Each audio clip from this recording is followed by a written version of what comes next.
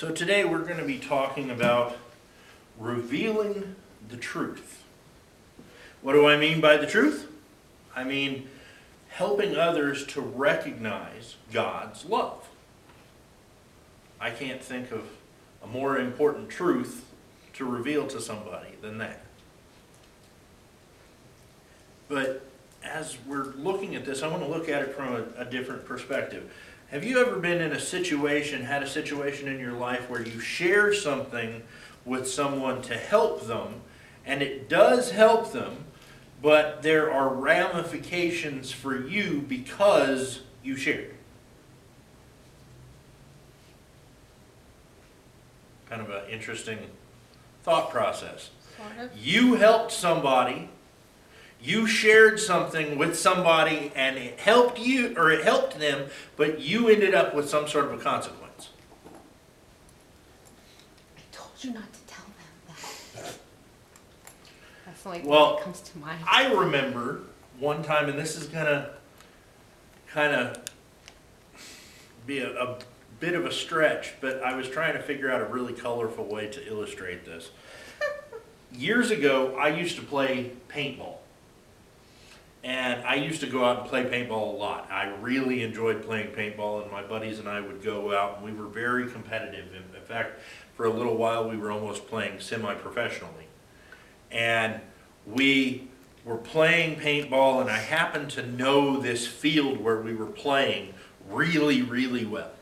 And I knew that there was this one spot, a place where as soon as we started the game, as soon as they said, okay, match on, blew the whistle, go, if I ran flat out, straight down over here, I could hide in a place where I could see the whole field.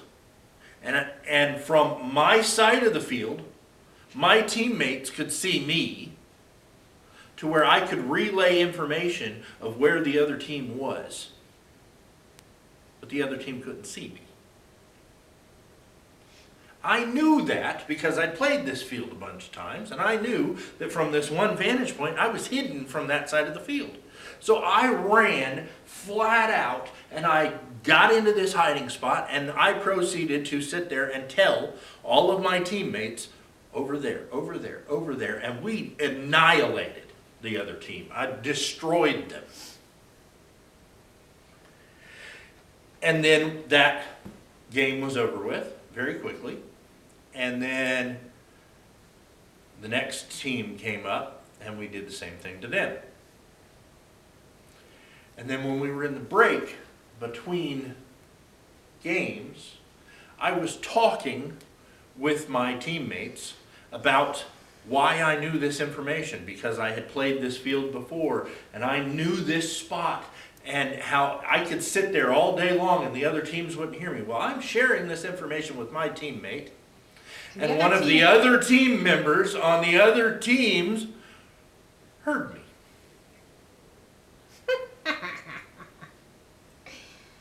They heard a pretty decent description of where I was hiding, and exactly what was going on. So they decided to share the information with the other team and the other teams that we were going to be playing. And they proceeded to basically decide to come up with a plan to destroy me as quickly as possible, so that I couldn't relay information out to my team, that I was constantly having to keep my head down not to get shot, so that I could stay alive and stay in the game, or I would have to abandon my post and just run and shoot to try to take somebody out as I was getting to safety. They were trying to kill the messenger. They were killing the messenger. They really were. They were shooting the messenger with me, and they proceeded to, basically they lit me up. I was covered with so much paint in the course of a couple seconds that it looked like I had just gone through a car wash with the foam all over me at one point for a second. I was just coated in paint. And I remember I hurt very badly after that for the next couple of days because I had so many welts on me from those paintballs. They intentionally watched exactly where I ran. They intentionally watched me. And then they annihilated me.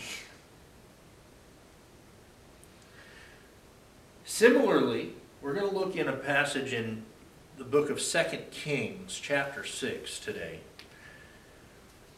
This passage in 2 Kings tells the story of King Aram's attempts to silence the prophet Elisha.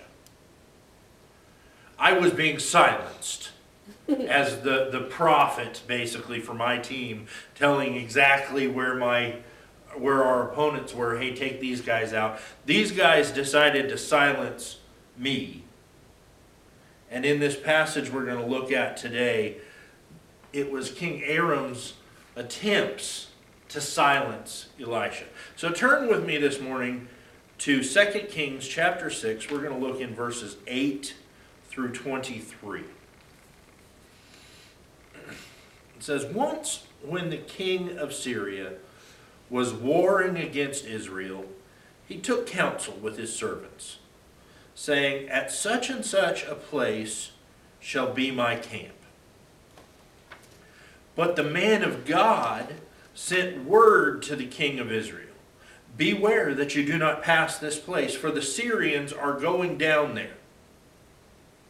And the king of Israel sent to the place about which the man of God had told him. The man of God is Elisha.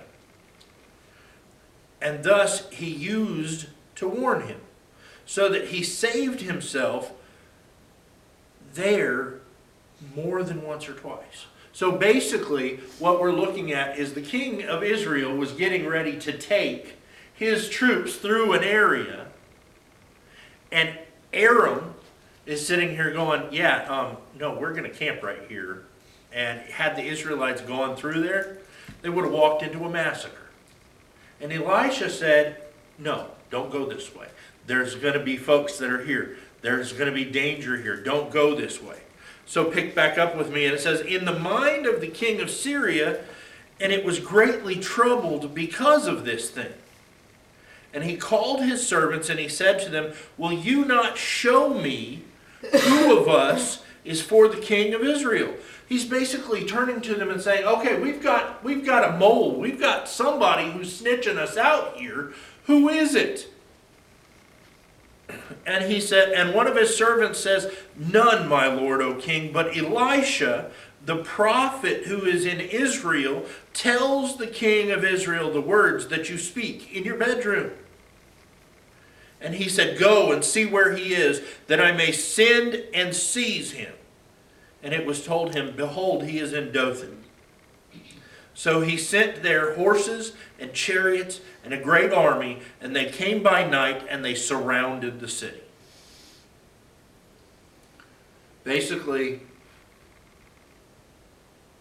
King Aram is sitting there going, look, we've got a mole. Who is it? Who's selling us out to the other side? And his servant says, it's not any one of us, God, or king. It's Elisha. He's telling, he somehow knows the things that you're saying in private, the things that you're saying in your quiet place, the things that nobody should be able to know. He knows, and he's telling the king of Israel.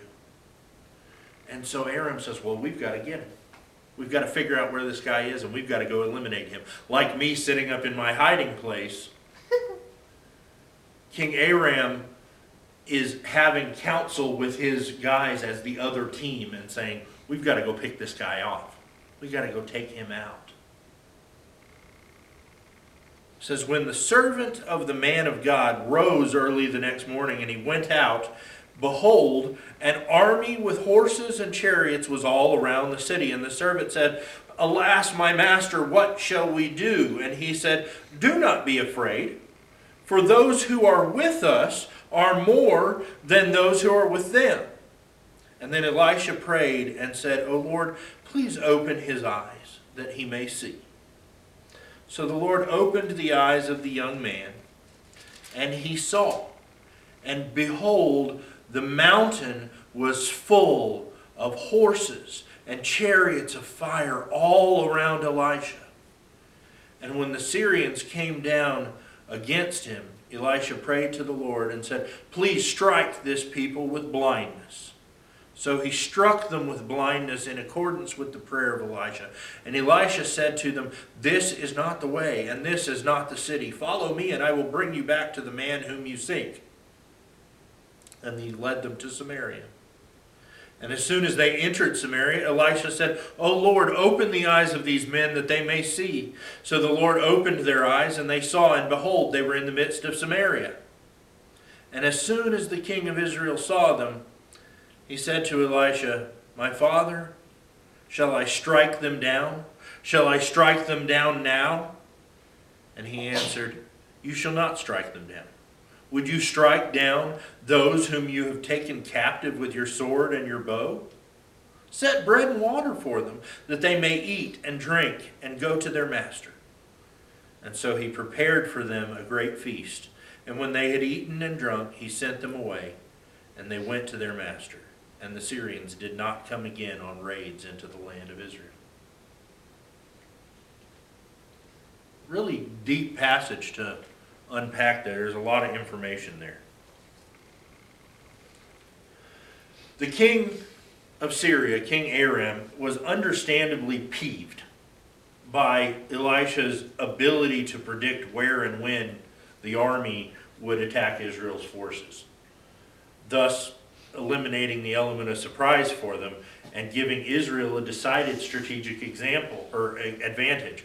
So just like my teammates didn't have to worry when I was telling them where the opponents were, the Israelites realized that there was nothing for them to fear when they realized God's loving protection for them. So they had nothing to fear. They just were doing their thing. So what do we see in this passage? We see that one night the king of Aram sent his army to surround the city of Dothan where Elisha lived. And the next morning when Elisha's servant goes outside, he sees that the city is surrounded, and he sees they've got, I can only imagine the servant is shaking in his sandals. He is sitting there going, "We're about to die." This army has surrounded the city, and I know because they are here for Elisha, and I'm Elisha's servant, I'm going to die too. They're going to kill me. We're dead. We're done for. He saw the assembled forces of Syria, and the servant is panicked because he couldn't see anything else but doom. Elisha, though, stayed calm, and he asked the Lord to open his servant's eyes. And if you notice in this passage, it says the servant was equally stunned and reassured by what he saw. He saw an army of angels more vast and impassing than Aram's forces that stood ready for battle. They were surrounding Elisha and the servant in more numbers than what was against them. And even though he hadn't realized it before, the servant knew at that point that he had nothing to fear. Elisha's servant was unable to recognize at first God's protection, even though it was surrounding him. In a similar vein, there are people in your life who are unable to recognize God's love, even though it surrounds them. We talked about just a minute ago when we were talking about the giving God all the glory for all the things that he has done. Too many people in our lives, too many people in this world that we live in are walking around with all of these blessings, with all of these things that God has done to love them and provide for them and protect them. And they're walking around with blinders on. They're not able to see it. They don't thank him for it. They're not even noticing or acknowledging that it's him.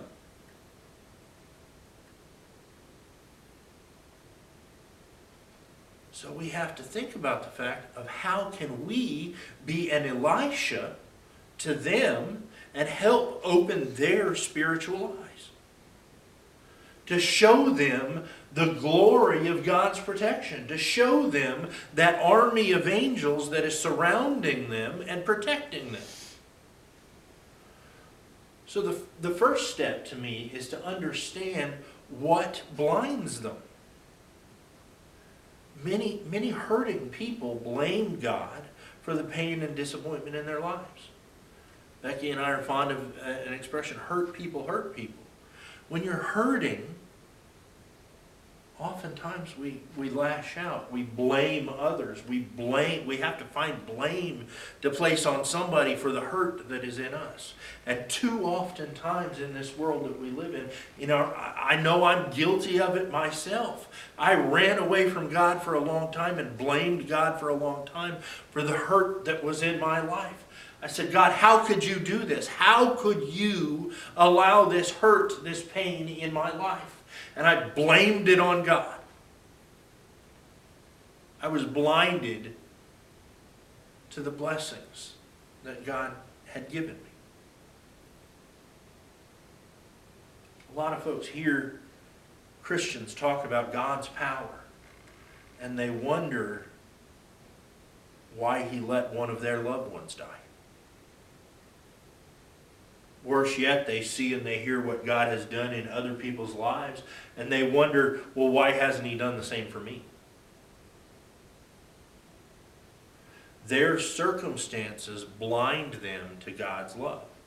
They can't see the handiwork described in Romans 8:28 when it says how all things work together for good for those who love God.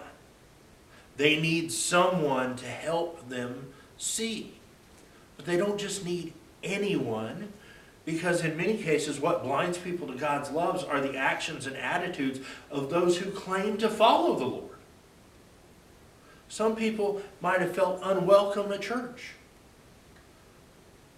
Others may have experienced bullying at the hands of their Christian peers. While others may have learned all too well the judgment and condemnation of those of us living under God's grace and mercy for our own sins and transgressions, yet we are all too quick sometimes to turn the judgmental eye and attitude on somebody else. Folks, I'll tell you, few things blur a person's spiritual outlook like hypocrisy. Once bitten, twice shy, as the saying goes. Once people have seen Christian hypocrisy in action, they become suspicious of and sometimes completely antagonistic towards anyone who speaks to them about God's love. It's sad, but that's a barrier, a wall that we have to all too often come in contact with. We run into that kind of an attitude regularly. But I tell you, the antidote for this kind of cynicism is genuineness. If people sense that they're not just a spiritual project to you, they're not just a way for you to earn some kind of Christian merit badge, but instead that you're genuinely concerned about their well-being, that you have no other agenda beyond just caring for them, and that your goal is to help them find healing, they will respond eventually. Sometimes it's not right away. Sometimes it takes time. As I've heard oftentimes, I'm sure y'all have too, that sometimes our job is not to be the one that leads that person to the Lord. Sometimes our job is to add a little bit of water to that field that somebody planted a seed in. Maybe we need to, as that plant is growing, there's a little bit of weeds right next to it. I'm just going to pull that weed. Just keep it from starving that plant out. Oh, that it's starting to get a little sun scorched here. Let me put some shade there for you. We're all workers in the harvest. But we don't always have to do all of the work. Sometimes we just need to help break down a barrier for somebody else. But building that kind of trust requires time, requires consistency, requires transparency.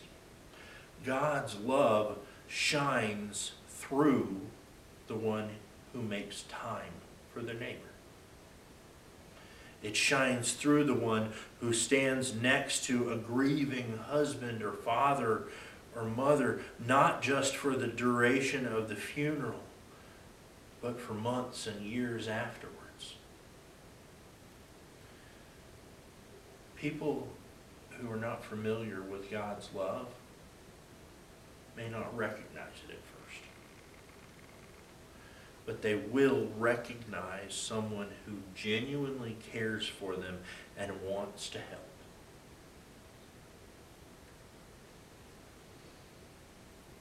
That's the work of Christ's body in this world. Think about it. When is a time when you helped somebody experience God's love when they had trouble seeing it? What are some things that you could do to open their eyes, or have done to open their eyes to God's love? Becky and I, last week, I think it was last Sunday, I can't remember which day it was, just last week, one day, we went to the 99-cent store in Tulare. We're standing there at the register, and I'm sure y'all have been there. You heard, just like we did, the cashier, in the course of talking with her, doing nothing for a second but complaining. You know, it's been a long day. I'm tired. I'm ready to go home. It's so busy. I haven't had 2 seconds I haven't to had breathe. 2 seconds to breathe. I'm just worn out. You could tell she was spent. She was spent. She was beaten down. She was worn out. She was done. And I looked at her and I said, you know what? Look at it this way.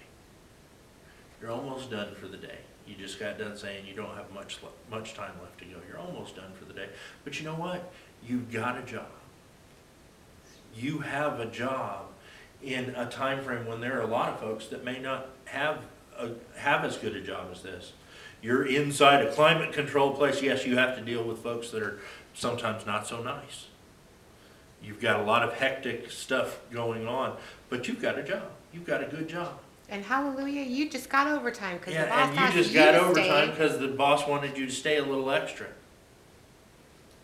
It means Christmas is coming up before long. You got a little extra money coming. Be able to help a little bit. And she was like, you know what? That's right. In small ways, we have to open people's eyes to the blessings that God is doing for them. And it doesn't automatically mean that we just have to sit there and talk about God. Talk about God, talk about God, talk about God. We can show God's love by pointing out the blessings that folks have.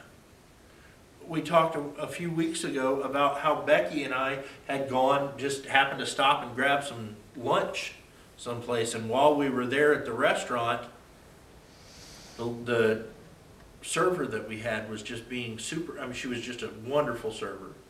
But we were having great interaction with her, and she was you could tell that she just really enjoyed spending time talking with us and everything. And then when we got done, and I pulled out one of my business cards, and I wrote on the back of the card, just wanted to let you know that we're praying for you, and we hope God blesses you the way you have blessed us today. Thank you. And left that card for her. And for her to come back to us afterwards and say, you're a pastor. I knew there was something different about you guys. You guys were just such wonderful people. Where is your church? We weren't talking about God. Never brought up God in the conversation with her. but she felt God's love through us. As believers, we are supposed to shine God's love through us. And I know we've been looking in the Old Testament here today, way before Christ's time walking on earth, but it's just as applicable to us in the way that we're to live out our Christian faith and mission in the New Testament covenant. In John 13:35, Jesus tells us that it will be known that we are his disciples by how we love one another. Think about that. It will be known that we are his disciples by how we love one another. Sandy, I love you. And I know that you are a loving person. When you take the time to love on somebody, it is you showing the world that you are Jesus' disciple. Same goes for you, Elaine, and you, Stephen, and you, Jim and Vicki, and you, Becky. When you love one another, when you love the people in your life, when you love that cashier at the 99-cent store, when you love that cashier at the gas station when you go pay for your gas, when you love that kid that's walking door to door trying to sell tamales, or you love on that guy that shows up at your door trying to sell you something and you're like, yeah, no thank you, I don't want that, but have a nice day. God bless you. You're not giving in to the sales tactic, but you're still loving on that person. Like with me, when a telemarketer calls me and I say, you know what, I don't know anything about that. I don't want to know anything about that, but I have a question for you. Do you know Jesus Christ is your Lord and Savior? I use it as an opportunity to love on somebody. We all have opportunities to love on the people around us, to show this world around us that we are his disciples because of the way we love one another. So I ask you today, what better way can we love one another than by seeing that somebody can't see the truth and helping to open their eyes to it? With love. Remember, oftentimes we need to be sure to guide them safely through that truth, even though their eyes are closed to it.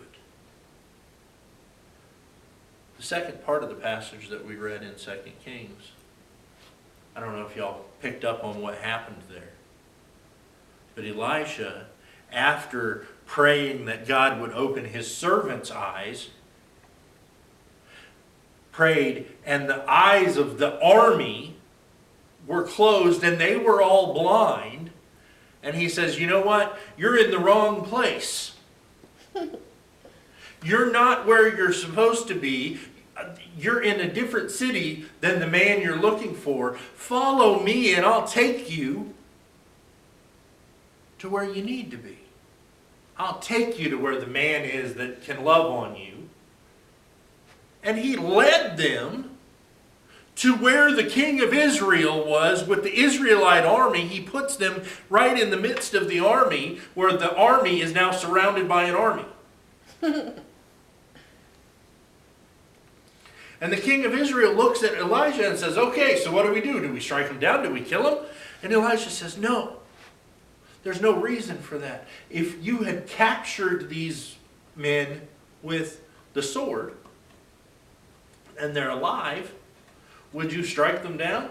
No. You'd treat them as prisoners of war. You would care for them. You would give them food. You'd just keep them prisoner. Keep these guys prisoners. Love on them. Show them the love of the God that we serve. He led them through their blindness. He led them to love. He led them to safety.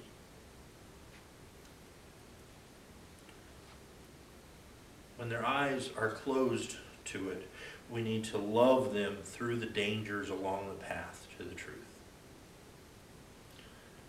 We need to let them know that there was nothing to fear all along because we're already surrounded by God's love and His protection.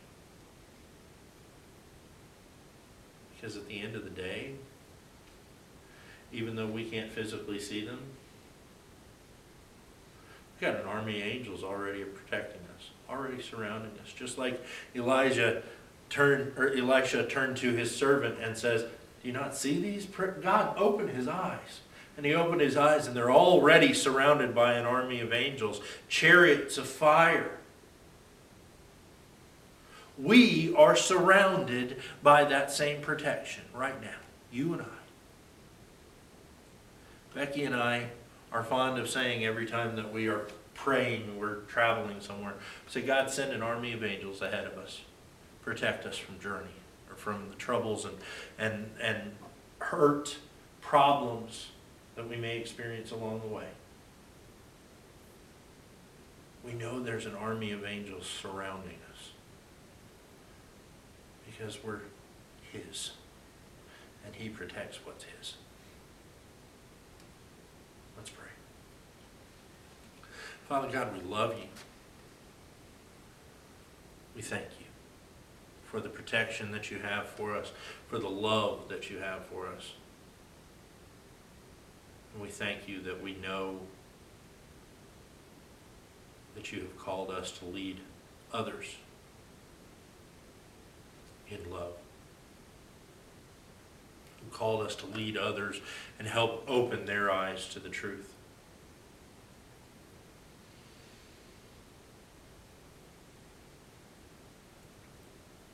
Lord, we may feel like sometimes we are surrounded by an insurmountable obstacle. We may be surrounded by an army of folks that are trying to destroy us. But as I just said, Lord, you have called us yours. And you protect what's yours. You love us. You want what's best for us. Thank you for that. Help us, Lord, to open our eyes to that. And help us, Lord, to share with others the truth. That your love and your protection is there waiting for anybody that wants to accept it.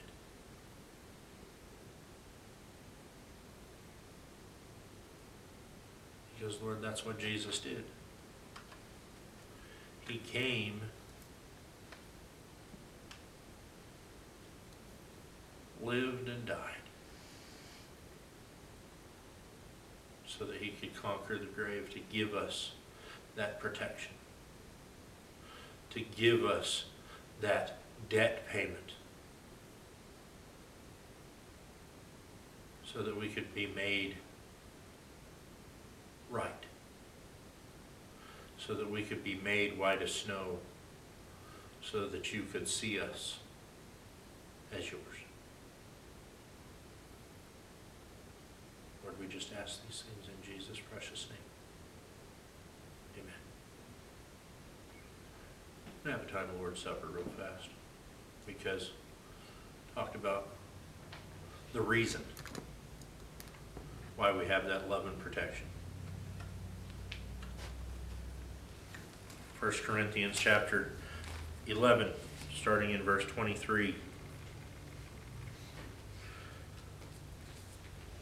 Says, "For I received from the Lord what I also delivered to you, that the Lord Jesus, on the night when he was betrayed, took bread, and when he had given thanks, he broke it, and he said, 'This is my body, which is for you.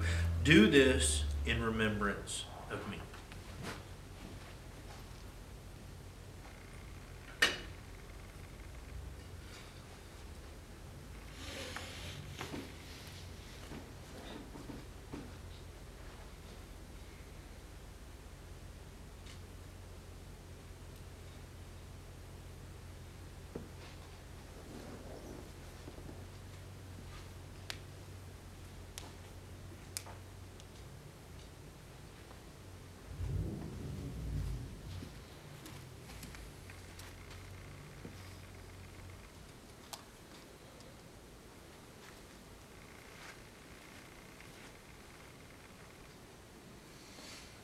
all that love, all that protection that God has for us, it's because we've been made right. It's there waiting for us because He can allow us into His family because we have been made right. And we've been made right because Jesus had His body broken for us. And He says that we need to do this in remembrance of Him. Each of it.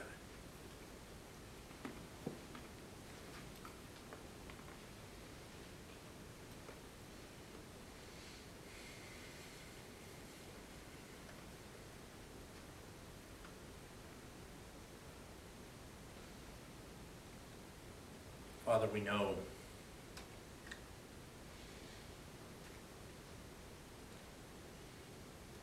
that we've all sinned and we've all fallen short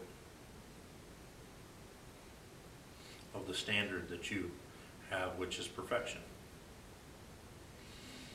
We know that what we've earned with that sin is death. But Lord, you love us, and you wanted to make a way for us to come back into your protection, come back into the family. And that way was the Son. Thank you for allowing Him to be the gift that we needed. Thank you for giving Him to us. Help us to never forget it. Help us to always remember it. We ask these things in His precious name. Amen. Passage continues and it says, "In the same way, He also took the cup after supper, saying, 'This cup is the new covenant in my blood. Do this as often as you drink it in remembrance of me.'"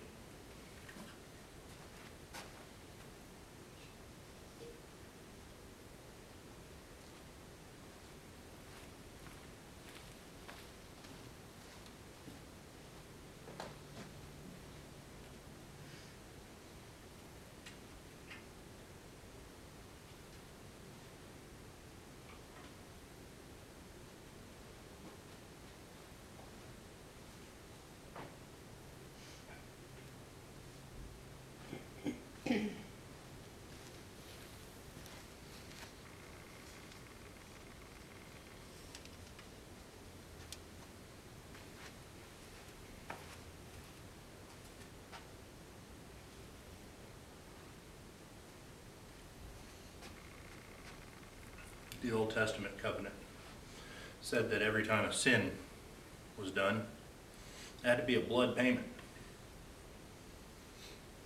I don't know about y'all. I sinned a lot. I'm still sinning today. I am a sinner. There's a lot of blood that would need to be spilled to cover just me. Jesus' pure lamb blood. Sinless blood. He allowed it to be shed. He allowed it to spill and wash over each one of us. For every single sin that we have committed and will ever commit.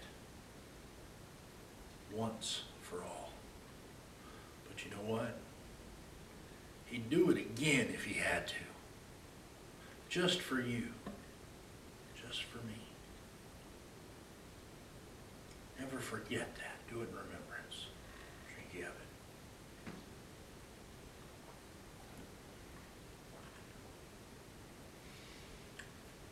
Lord Jesus, thank you. Thank you for knowing that we were blind to the way home. And we couldn't get there on our own.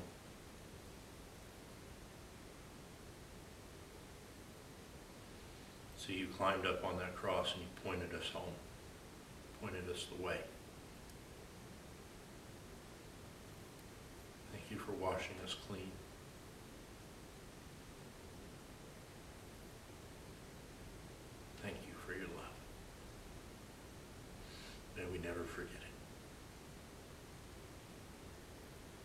precious name we pray. Amen. Passage ends and it says, for as often as you eat this bread and you drink the cup, you proclaim the Lord's death until he comes. He's coming again. It's a promise. He's coming back. And until then, we just need to proclaim the love that he has for us. Proclaim how awesome a gift he gave to us. Never forget it and share it with the world. Because I don't know about y'all, I know I'm overflowing with joy at the fact that I know I couldn't have gotten there on my own. There's no way I could have spilled enough blood to wash me clean. So I'm thankful for it. God bless you. Thank you for coming. See you next week.